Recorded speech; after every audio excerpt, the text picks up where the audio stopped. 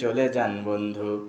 কিয়ামতের দিন ইমাম বুখারী, আবু হানিফা জান্নাতে যদি যায়, তাদের সাথে আপনাকেও ভালোবাসা থাকার কারণে, কর্মসূচির মিল থাকার কারণে কিয়ামতের দিন তাদের সাথে আল্লাহ আপনাকেও জান্নাত দিতে পারে। ও আপনারা এখন মনে করছেন হুজুর মনে হয় বানিয়ে বানিয়ে বলছে। দলিল নেন। ইয়া আইয়ুহাল্লাযীনা আমানু তাকুল্লাহ ওয়া কুনু মা'আস সাদিকিন। চিৎকার দিয়ে বলেন আল্লাহু আকবার। আল্লাহ বলেন ওয়া কুনু মা'আস সাদিকিন, তোমরা সত্যবাদীদের সাথী হও। আপনি কার সাথী হলেন? না না, এখন সাথী কার? আমরা কার সাথী? এটা না না, যারা নামাজ পড়েনি না, যারা কোরআন পড়েন না, তাদের ওয়াজ আমি আগামী সপ্তাহে করব। কিন্তু আজকের ওয়াজ হচ্ছে যারা নামাজ পড়েন তাদের জন্য। কারণ আপনি এত কষ্ট করে এই শীতের মধ্যে নামাজ পড়বেন, আপনার নামাজ তো বিফলে যেতে পারে না। এটা আল্লাহর দরবার পর্যন্ত আপনাকে পৌঁছাই দিতে হবে। আর এই পৌঁছানোর দায়িত্ব কেবলমাত্র আপনারই, অন্য কারো না।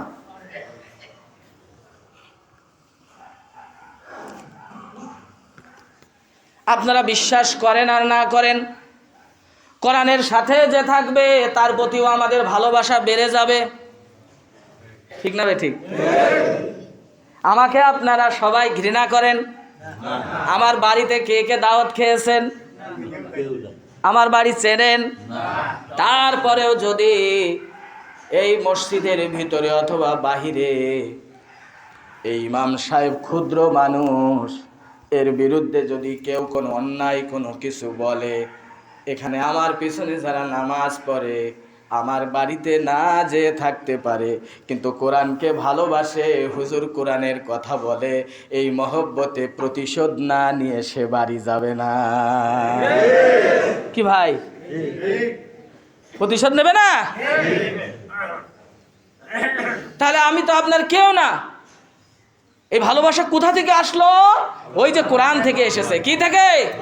বন্ধুগণ মনে রাখবেন, ইনস্টিটিউশন আপনাকে যে পদ এবং পদবি দেয়, আর এটার সাথে মানুষের ভালোবাসার গ্রেড ডিফারেন্ট আছে।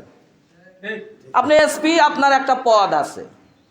আপনি এমপি, আপনার একটা পদ। কথা বলেন, পদ আছে না? আছে। কিন্তু পদ পাইলেই যে আপনি আল্লাহর ভালোবাসা পেয়ে গেছেন, এটা মিথ্যা। অনেকেই বলে যে না, আমাকে যদি ভালো না বাসবে তাহলে আমি এমপি হলাম কি করে, আমাকে যদি ভালো না, আল্লাহ ভালো না, আমি বিসিএস ক্যাডার হলাম কি করে, আমি লেফটেন্যান্ট কর্নেল হলাম কি করে। আপনি কিছুই হতে পারেন নাই, কেননা এখনো মানুষ আপনাকে ভালোবাসে না। সবচেয়ে বড় পাওয়া এই জীবনে, এই পৃথিবীতে সবচাইতে বড় পাওয়া হচ্ছে মানুষের ভালোবাসা, দেন পপুলারিটি, জনপ্রিয়তা। এটা এসপি হলে পাওয়া, বলেন এসপি হলে পাওয়া, এমপি হলে পাওয়া, চেয়ারম্যান হলে পাওয়া, বিশিষ্ট ব্যবসায়ী হলেও এটা পাওয়া যাবে না। এটা পেতে হলে আল্লাহর করুণা লাগবে, আল্লাহর সীমাহীন ভালোবাসা আপনার প্রতি থাকা লাগবে। তখন আপনার ইনস্টিটিউশন আপনাকে কি পদ দিয়েছে, আপনি কি চাকরি করেন, ওটা বড় কথা নয়। কোরআনকে ভালোবাসেন, আল্লাহ আপনার মর্যাদাকে আকাশ পর্যন্ত বাড়িয়ে দেবে। উদাহরণ এই দেশে আছে না নাই? আরো জোরে বলেন, আছে না না? আপনি শব্দ ব্যবহার করেছেন গোপনে না, পত্রিকায়। আপনি শব্দ ব্যবহার করেছেন মিডিয়ায়। ধর্ষণ করেছে বাংলাদেশের 40 বছর ধরে মাঠে ময়দানে তাফসীর করা একজন মানুষকে আপনি শব্দ ব্যবহার করেছেন। এই শব্দ আমার মনে হয় বিগত দিন থেকে শুরু করে আজ পর্যন্ত এই কোরআনের পাখির বিরুদ্ধে এই ধরনের শব্দ বাংলাদেশের একটা মুসলমানকে কলিজায় 1 সেকেন্ডের জন্য জায়গা পায় নাই। কথা বলেন ঠিক না বেঠিক? আপনি বলেছেন সে ধর্ষণ করেছে, আপনি বলেছেন আরো অনেক কিছু বলেছেন, কিন্তু এই লোকটা তো 40 বছর কোরআনের সাথে সম্পর্ক রেখেছে। আজকে মাঠে ময়দানে যারা এই যে ওয়াজ করতেছে সবাই তার রুহানি ছাত্র। সুবহানাল্লাহ বলেন। তো তার বিরুদ্ধে যে সমস্ত শব্দ ব্যবহার করেছেন, এই ব্যক্তি কোনো ইনস্টিটিউশন তাকে সম্মান দেয় নাই, দুনিয়ার কোন প্রতিষ্ঠান তাকে পদ পদবি দেয় নাই, এই পদ সরাসরি তাকে দিয়েছেন আল্লাহ পাক। জোরে কোন ঠিক কিনা? এই জন্য সে আজকে চার দেওয়ালের মাঝে থাকতে পারে, কিন্তু কোরআনের সাথে তার অবিচল ভালোবাসা থাকার কারণে এই ব্যক্তি যদি একটা দিনের জন্য তাকে ছেড়ে দেয়, বাংলাদেশের নয় গোটা পৃথিবীর হাজার হাজার লক্ষ লক্ষ মুসলমান তাকে দেখার জন্য জমায়েত হবে, কিন্তু বাংলাদেশে সে জায়গা নাই যে জায়গায় তাকে দাঁড় করিয়ে রেখে জনগণকে জায়গা দেওয়া সম্ভব। আপনি তো পারেন নাই। আপনার পদ আছে হচ্ছে দেশ আপনাকে পদ দিয়েছে।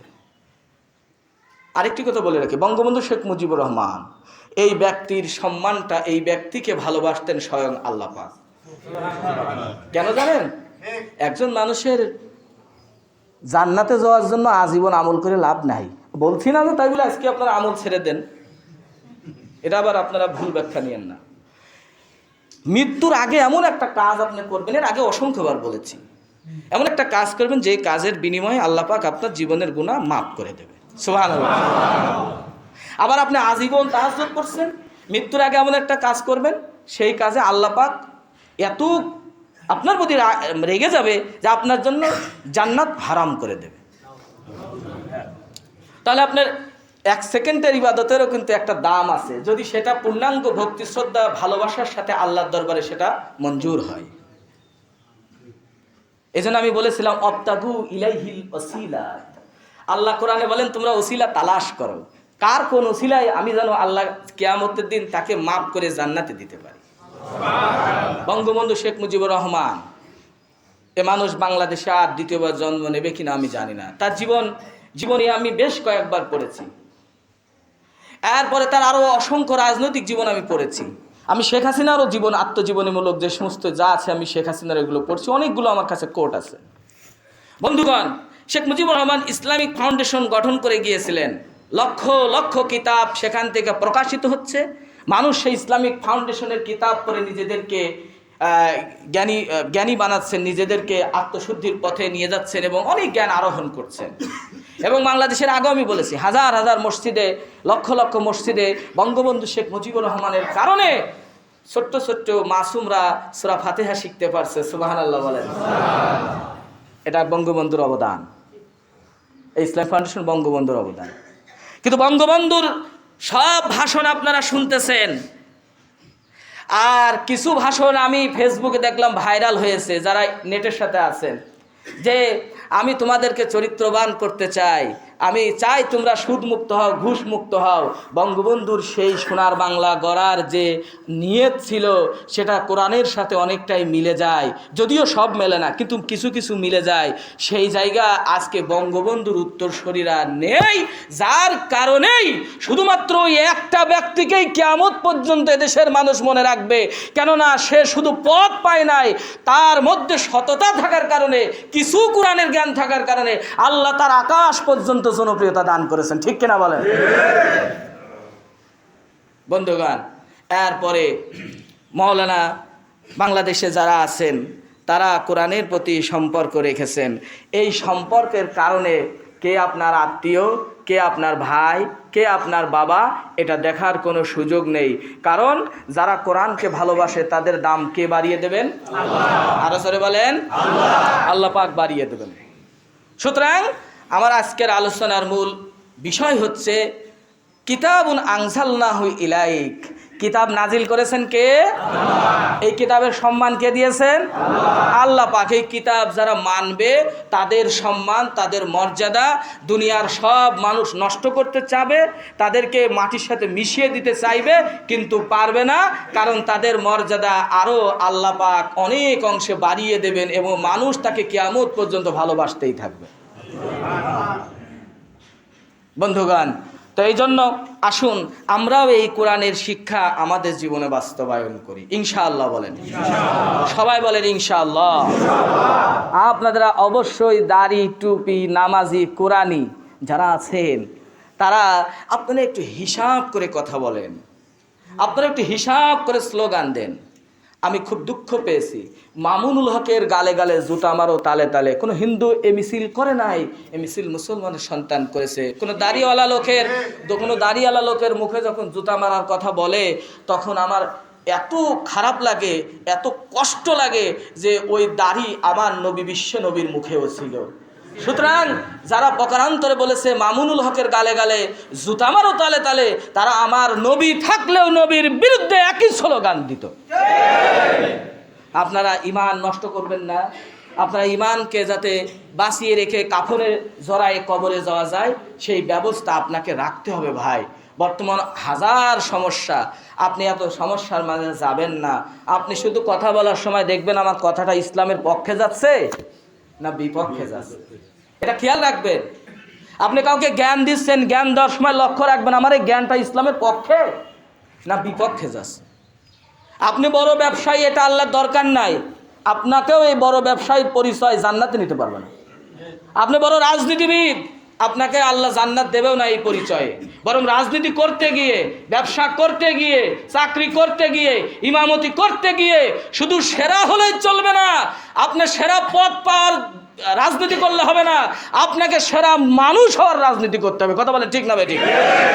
আজকে সেরা কণ্ঠের প্রতিযোগিতা হয়, সেরা নাচের প্রতিযোগিতা হয়, সেরা রাজনীতিবিদ হওয়ার প্রতিযোগিতা হয়, সেরা মানুষ হওয়ার প্রতিযোগিতা নাই। এই জন্য আমাদের দেশে হাজার হাজার বই জানুয়ারিতে দেওয়া হয়। আমার দুঃখ লাগে ৯৬ ভাগ মুসলমানের দেশে ১১টি বই দেওয়া হয় বাংলাদেশের